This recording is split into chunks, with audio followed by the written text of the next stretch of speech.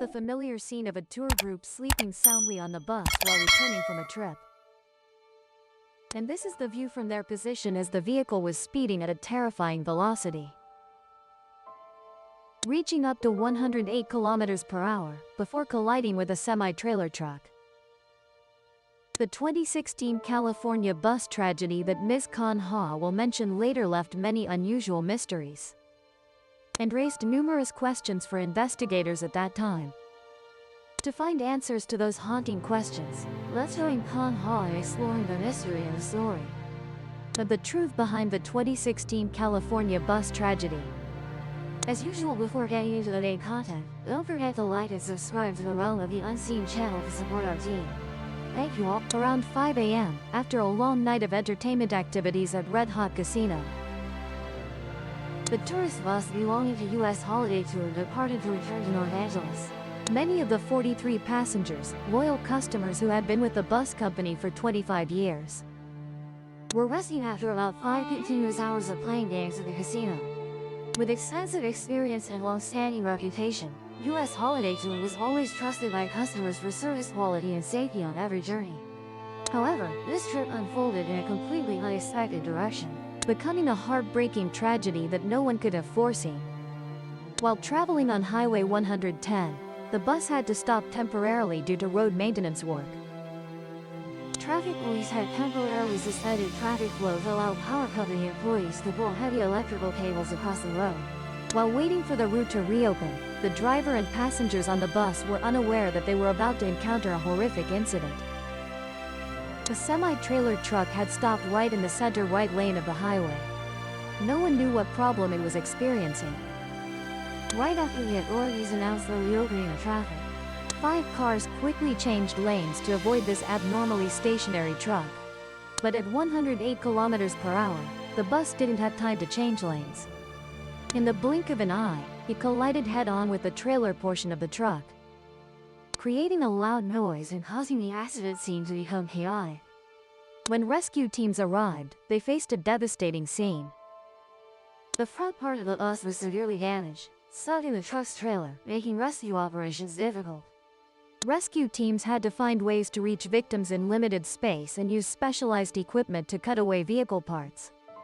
The collision pushed the truck forward, while the bus's front part was seriously deformed.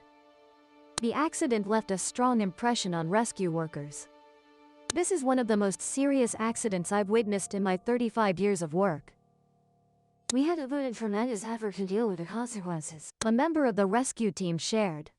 Immediately after receiving the report, rescue vehicles and personnel quickly arrived at the scene. Because the bus was severely damaged, they had to use hydraulic tools to cut through the vehicle body to reach the victims. Simultaneously, 2 heavy-duty tow trucks were dispatched to the scene. One lifted the truck's trailer up high, creating enough space for rescue operations, and the other proceeded to pull the truck away from the bus. In the dim light of emergency lights, rescue workers did their utmost to extract victims through deformed windows. Nearly 3.5 hours after the accident occurred, the last person trapped in the bus was rescued. However, the death toll wasn't announced immediately, but had to wait until the identification process and notification of relatives were completed. The California highway accident was classified among the state's most serious traffic accidents, shocking American public opinion. Besides rescue operations, authorities quickly examined the scene and conducted investigations to clarify the cause of the incident. The accident claimed a total of 13 lives and injured more than 30 others. Among the deceased victims was Tejulo Elias Vitas, the bus driver and owner of U.S. Holiday Tour Travel Company. The truck driver, Bruce Colliforce, was also among the injured victims. Authorities investigated the causes of this tragic accident, focusing on both drivers and their vehicles. First, investigators began examining the tourist bus of U.S. Holiday Tour Company. According to inspection results, the bus had been certified and met safety standards for many months before the accident. However, through deeper inspections, the travel company's shortcomings were gradually uncovered. Investigators discovered that at the time of the accident, the bus was very old with nearly 20 years of operational history and no longer met federal safety standards. Half of the bus tires were severely worn, which is considered one of the main causes of this heartbreaking incident. In addition, the bus was not equipped with seat belts for passengers. Although it did not violate regulations at the time of manufacture, it still posed many risks in the event of a collision. To clarify the cause of the accident, investigators looked further into the maintenance history of this bus. They discovered that in the early 2000s, the bus had received many negative reviews about service quality and technical condition. On the other hand, reports after 2010 did not record any serious issues. However, when investigating more carefully the operational history of US Holiday Tour, authorities discovered a surprising fact. This company had faced a series of lawsuits after a bus accident that killed 3 people, although the lawsuit was later dismissed. Nevertheless, US Holiday Tour still had to bear legal responsibility and compensate passengers in another accident where 2 people were injured. Furthermore, investigators also found that bus driver Dida Lovitas had repeatedly violated traffic laws such as lane encroachment, driving with a suspended license, and even speeding. This information raised doubts about the driver's professional competence and the safety of each trip operated by US Holiday Tour. Another notable detail during the investigation was the absence of any brake marks from the bus on the road surface. This indicates that the driver did not brake or braked insufficiently before colliding with the truck.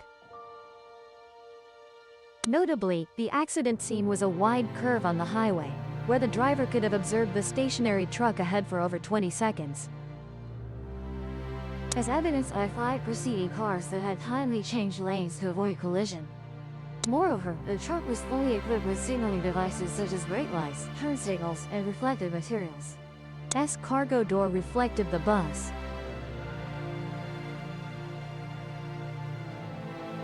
So why did the driver not take any action to avoid the collision?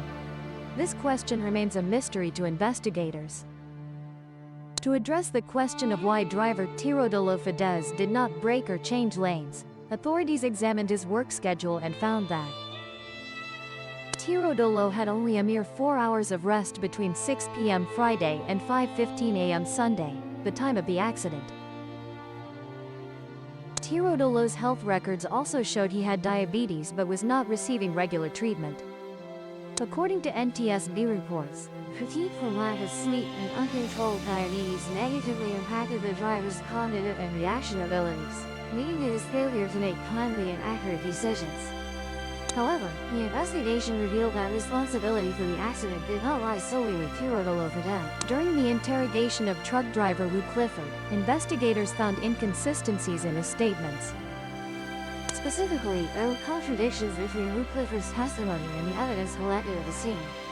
According to case records, traffic flow was blocked for approximately 7 minutes. After traffic resumed, the truck remained stationary for about 2 minutes until the collision occurred. But Rue Clifford claimed he had stopped for nearly 30 minutes. So, what is the truth? Could it be that driver Rue Clifford did not accurately remember the duration of his stop? During interrogation, truck driver Rue Clifford stated that he released the parking brake when traffic cleared and felt the collision while shifting gears. However, on-site forensic results revealed a completely different reality. Skid marks on the road surface clearly demonstrated that the parking brake was still engaged at the time of the accident, directly contradicting Rue Clifford's testimony. The deeper the investigation went, the more inconsistencies police discovered. They concluded that Rue Clifford's testimony was not truthful and did not align with the evidence. Driving records showed he had adequate rest for 10 consecutive days prior to the incident. Nevertheless, Rue Clifford could not accurately recall his sleep hours on the day of the accident. To clarify these issues, investigators examined data from the truck's GPS system and discovered that Rue Clifford had seriously violated driving time regulations. Specifically, he had driven continuously for over 11 hours, exceeding the legal limit. Additionally, Rue Clifford's obesity was another noteworthy factor. Medical experts stated that obesity is often associated with sleep apnea, causing prolonged fatigue and reduced concentration while driving. Based on the collected evidence and inconsistencies in Rue Clifford's testimony, NTSB concluded that he likely fell asleep at the wheel, leading to the horrific collision. However, the cause of the incident was not limited to the driver's subjective factors. There was another culprit. According to police investigation, traffic authorities did not fully implement necessary warning measures. Before conducting maintenance work on Highway 110, they merely signaled vehicles to stop, then stood by supervising electrical workers pulling cables across the road. When the work was completed, traffic police allowed vehicles to resume movement without thoroughly checking whether 1. Were there any vehicles stopped on the road, leading to the oversight of Rue Clifford's truck parked in the middle of the lane? 2.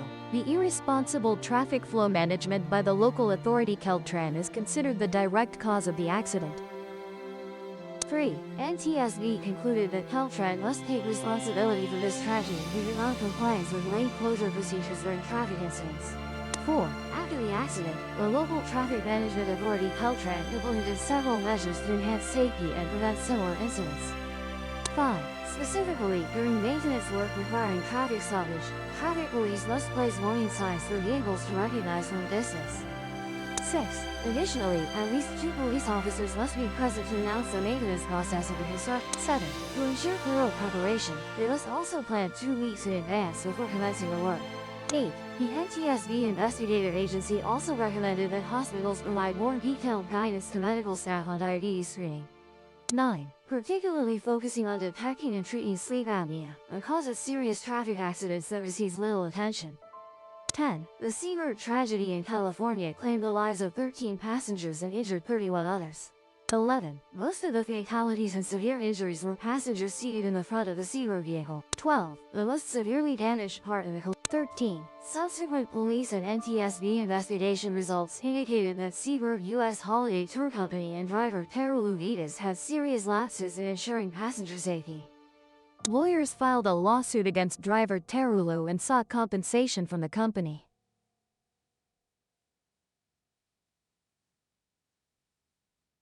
15. 2 years after that horrific accident, the Bellevue truck driver received a 4-year prison sentence. 16. In 2017, Bellevue was arrested with over 40 charges, including vehicular manslaughter and reckless driving. 17. However, authorities still assert that Bellevue is not the primary person responsible for this tragedy, but rather Terulu Vitas. 18. The Seabird driver perished in the accident. 19. The 2016 Seabird tragedy in California sounded an alarm about the importance of compliance with traffic regulations. 20. And emphasized passengers' caution when choosing transportation, especially Seabird. 21. The negligence and irresponsibility of the Seabird driver combined with a lax management. 22. And unprofessionalism of U.S. Holiday Tour claimed the lives of 13 and 23. Injured over 30 others, left pain for the victims' families, and caused significant economic damage. 24. This is also a lesson for us to reflect and be more careful when participating in traffic. 25. Choose reputable transportation companies that ensure passengers. 26. To minimize potential risks and provide the safest journey possible. 27. Thank you for following the story on the Real Incidents channel with Con Ha. 28. Please like and subscribe to watch other stories. If the veil stirred, subscribe and meet the next encounter.